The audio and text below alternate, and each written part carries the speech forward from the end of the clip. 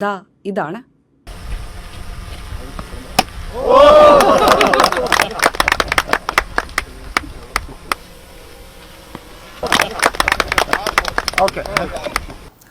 തദ്ദേശ സ്വയംഭരണ വകുപ്പ് മന്ത്രി എം.ബി. രാജേഷും കൊച്ചി മേയർ അനിൽകുമാറും ക്രിക്കറ്റ് കളിക്കുന്ന ദൃശ്യങ്ങളാണ് പ്രേക്ഷകർ കണ്ടത്. അതിലെന്താണ് ഇത്ര കാര്യം? രണ്ടുപേരും സുഹൃത്തുക്കളാണ്. അവർ ക്രിക്കറ്റ് കളിക്കുന്നു, ഒരു ഗ്രൗണ്ടിൽ അവർ ഒത്തുകൂടുന്നു, ക്രിക്കറ്റ് കളിക്കുന്നു. അതിലെന്താണ് ഇത്ര കാര്യം എന്ന ചോദ്യം സ്വാഭാവികമായും ഉയരാം. എന്നിരുന്നാലും അതിലൊരു കൗതുകമുണ്ട്. മന്ത്രിയാണ് എം.ബി. രാജേഷ്, കൊച്ചി മേയറാണ് അനിൽകുമാർ. രണ്ടുപേരും ക്രിക്കറ്റ് കളിക്കുമ്പോൾ അതിലെന്തോ ഉണ്ടാകുമല്ലോ എന്ന് ചിന്തിക്കുന്നവരും ഉണ്ടാകും. എന്നാൽ അതിലുണ്ട് കാര്യം. ചെറിയ കാര്യമല്ല, വലിയ കാര്യം തന്നെയാണ്. ക്രിക്കറ്റ് കളിക്കുന്ന ഗ്രൗണ്ടിന് ഒരു പ്രത്യേകതയുണ്ട്. അത് ബ്രഹ്മപുരത്താണ്. ബ്രഹ്മപുരം എന്ന് കേൾക്കുമ്പോൾ നമ്മുടെ മനസ്സിലുണ്ടാകുന്ന ഒരു ധാരണയുണ്ട്. അടുത്ത കാലത്താണ് ബ്രഹ്മപുരം തീപിടുത്തം കേരളം ഒരുപാട് കാലം ചർച്ച ചെയ്തത്.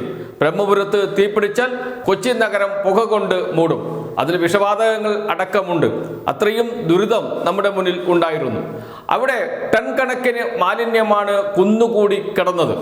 മാലിന്യ മല എന്ന് വേണമെങ്കിൽ പറയാം. മല എന്ന് മാത്രം പറഞ്ഞാൽ പോരാ, ഒരു വലിയ പർവ്വതം കണക്കെ മാലിന്യം കുന്നുകൂടി കിടക്കുകയായിരുന്നു ബ്രഹ്മപുരത്ത്.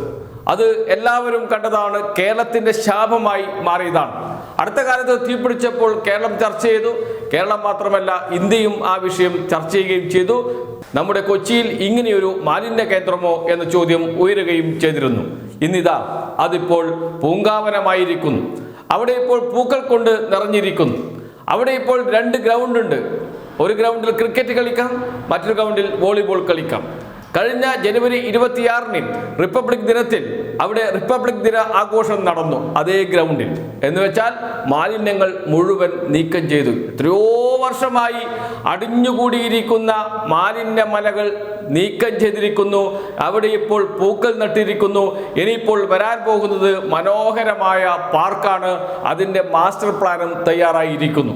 അതാണ് കൊച്ചി, അതാണ് തദ്ദേശ സ്വയംഭരണ വകുപ്പ്, അതാണ് കേരളത്തിന്റെ മാറ്റം.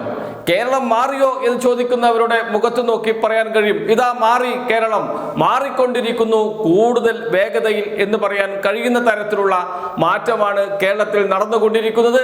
അതിൻ്റെ ഏറ്റവും പുതിയ ഉദാഹരണമാണ് ബ്രഹ്മപുരത്ത് നാം കണ്ട ഈ മാറ്റം. മാലിന്യ മലകളാൽ നിറഞ്ഞു നിന്നിരുന്ന ബ്രഹ്മപുരത്ത് ഇന്നിപ്പോൾ പൂങ്കാവനമുണ്ട്, പൂക്കളുണ്ട്, കളിക്കാൻ ഗ്രൗണ്ടുണ്ട്, കുട്ടികൾക്ക് ഓടിച്ചാടി കളിക്കാം. ഇനിയിപ്പോൾ അവിടെ വരാൻ പോകുന്നത് മനോഹരമായ പാർക്കാണ്. അതിൻ്റെ മാസ്റ്റർ പ്ലാനും തയ്യാറായിരിക്കുന്നു എന്ന്. ബ്രഹ്മപുരത്ത് മാത്രം ഒതുങ്ങി നിൽക്കുന്നില്ല ഈ കാര്യം. ബ്രഹ്മപുരത്തിന് പുറത്തേക്ക് കൂടി നീങ്ങുകയാണ്. കൊല്ലത്ത് ഇതേപോലെയുള്ള ഒരു മാലിന്യ കേന്ദ്രം, അവിടെ ബയോ മൈനിങ് നടത്തി അവിടെയുള്ള മാലിന്യങ്ങൾ നീക്കം ചെയ്ത വാർത്ത മുമ്പ് നമ്മുടെ മുന്നിൽ ഉണ്ടായിരുന്നു. പക്ഷെ നമ്മുടെ മുഖ്യധാരാ മാധ്യമങ്ങളിലൊന്നും അത് കാണാൻ കഴിയില്ല. ഇതേപോലെ മാലിന്യ മലയുണ്ട് കോഴിക്കോടും. അതും നീക്കം ചെയ്യാനുള്ള പ്രവൃത്തികൾ അതിവേഗം നടന്നുകൊണ്ടിരിക്കുന്നു. എന്ന് വെച്ചാൽ മാലിന്യമുക്ത കേരളം, അതാണ് നമ്മുടെ ലക്ഷ്യം. അതിലേക്ക് നമ്മൾ നടക്കുകയാണ് എന്നർത്ഥം. തദ്ദേശ സ്വയംഭരണ വകുപ്പ് അതിന് ചുക്കാൻ പിടിക്കുന്നു. അത് കേരളത്തിന്റെ അഭിമാനമായി മാറാൻ പോകുന്നു. വരും ദിവസങ്ങളിൽ അതിന്റെ മാറ്റം നമുക്ക് കാണാൻ കഴിയും. കേരളത്തിൽ എന്ത് നടക്കുന്നു? കേരളത്തിൽ മൊത്തം അഴിമതിയല്ലേ? കേരളത്തിൽ ഒന്നും നടക്കുന്നില്ല, മന്ത്രിമാർ വെറുതെ എന്തെങ്കിലും വിളിച്ചു പറയുകയാണ് എന്നൊക്കെ പറയുന്നവരുടെ മുഖത്ത് നോക്കി പറയാൻ കഴിയുന്ന മാറ്റമാണ്. കേരളം മാറുകയാണ്, വെറും മാറ്റമല്ല, അതിവേഗം മാറുകയാണ് എന്ന് പറയേണ്ടി വരും. അതാണ് ഇപ്പോൾ കേരളത്തിൽ നടന്നുകൊണ്ടിരിക്കുന്നത്.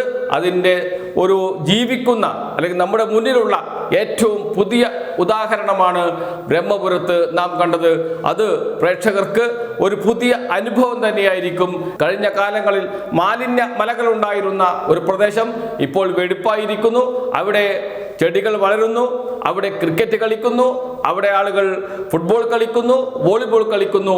അതിന് നേതൃത്വം കൊടുക്കാൻ, അതിന് തുടക്കം കുറിക്കാൻ മന്ത്രിയും മേയർ തന്നെ എത്തുന്നു എന്നതാണ് ബ്രഹ്മപുരത്തിൻ്റെ മാറിയ മുഖം.